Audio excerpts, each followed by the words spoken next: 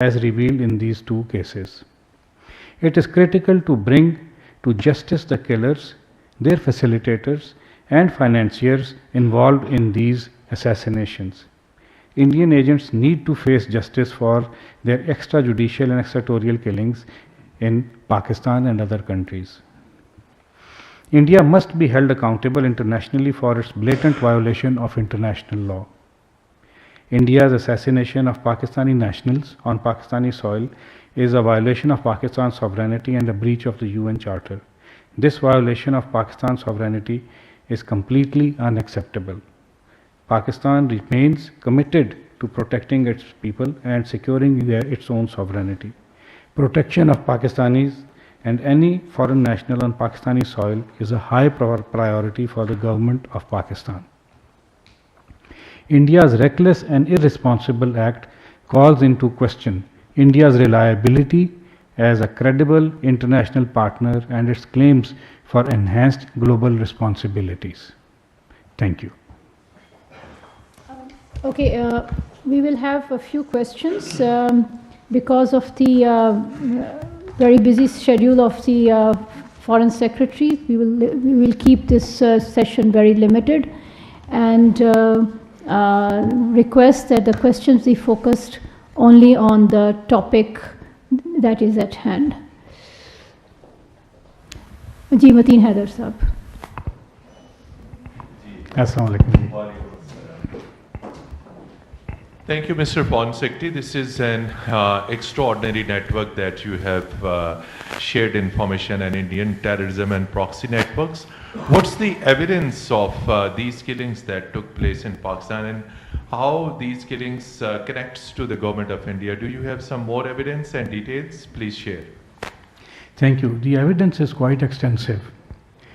For instance, when the assassinations were carried out, there was a jubilation in certain circles of the Indian social media, gloating over the killings, that this was just retribution for enemies of India.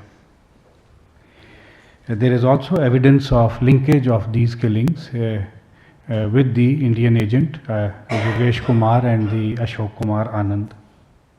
There are confessional statements of Umair and the other gentleman who has carried out the second assassination and their facilitators, and they have pointed the Pakistani authorities out to other members of the network who are now in our custody. We also have evidence of financial transactions, communications, and thus establishing a link between these Indian masterminds and the various facilitators and then the actual criminals who carried out the acts. Taken together, this is a fairly comprehensive package of evidence which clearly points out to the involvement of these Indian agents, we believe at the behest of their state, to carry out these assassinations on the territory of a sovereign state in complete violation of international law. And then there is the general atmosphere about this. We are not the only ones saying this. There is evidence also which the Canadian authorities have shared, and there is also news of the United States where another agent, Indian agent, has been caught trying to conduct a similar activity there. So taken together, it is fairly clear what India is doing in complete violation of international law. Mr. Nazim.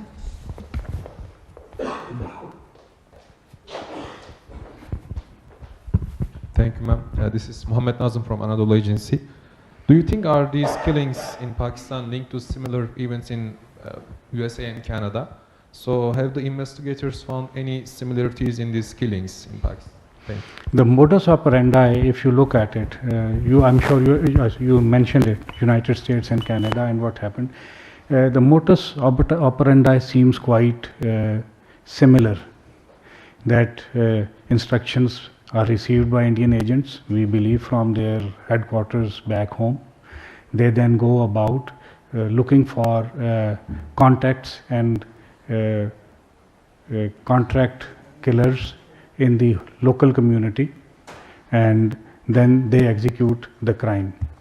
In the case of the United States, the agents by chance ran into an informant who then subsequently referred them to an undercover officer in the United States. But the modus operandi seems to suggest that yes, there is a similarity in how these assassinations are being carried out. Ms. Simon.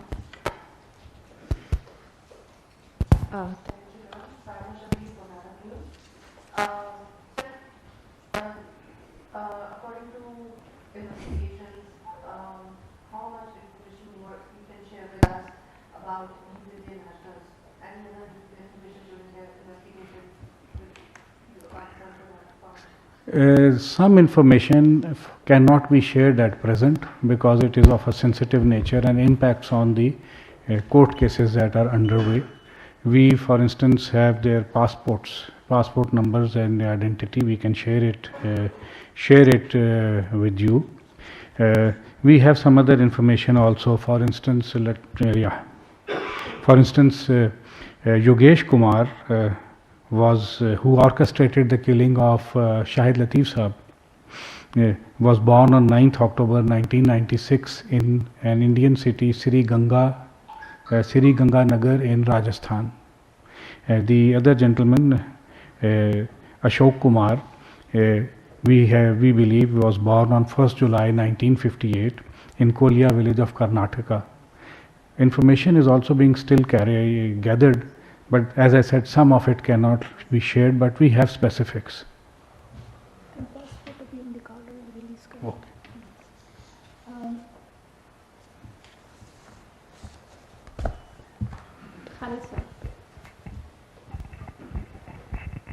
Secretary Sahab, how many individuals other than these two targeted in Pakistan? There is a report that some other target killing in Pakistan in 2023. Have you found any clear evidence of Indian involvement in this case? Right now, of course, as I've already said, we are sharing details of these two, but it cannot be discounted that there are other instances that have also happened. Investigations are underway, and as and when we have sufficient evidence, it will be shared with you. We don't have time for many questions. Ali Hussain from Business Recorder. Ji, thank you. This is Ali Hussain representing Business Recorder. You have just highlighted as to how the Indian intelligence agencies are committing these assassination campaigns now across the world now.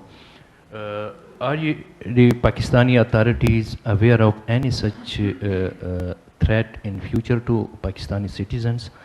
Will the law enforcement agencies be able to take on such kind of threats to Pakistani citizens? Thank you. Following these incidents, of course, we have increased our vigilance. Knowing that now Pakistan is a clear target of Indian activities of this nature, our agencies and various other departments and ministries are exercising extreme vigilance. We do not discount the possibility that there may be other targets of Indian activities. To the extent possible, the Pakistani state will do everything that it can to protect its citizens. Where it has evidence, of course, the individuals will be informed that they need to exercise caution. We are doing everything that a sovereign state needs to do to protect its citizens in the face of this absolutely lawless criminal behavior. Actually, we have to finish at 5:30. That's why this was the last question. My apologies, because there is an important meeting there for which the Foreign Secretary has to go. Our apologies. This was really the last question. Thank you very much. I am really grateful for your time, please. Thank you very much.